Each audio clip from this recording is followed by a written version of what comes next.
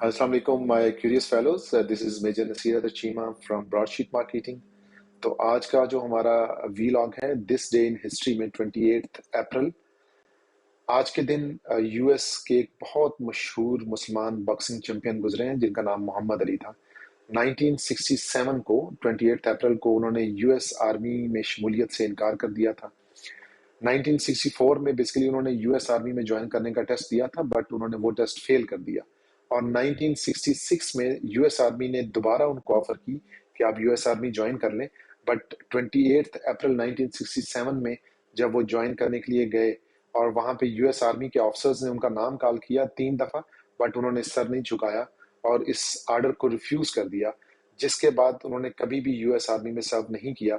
और इसी के बदले में न्यूयॉर्क स्टेट एथलेटिक्स कमीशन ने उनका बॉक्सिंग लाइसेंस भी मुअत्तल कर दिया था। इजाजत दीजिए, अल्लाह हाफिज।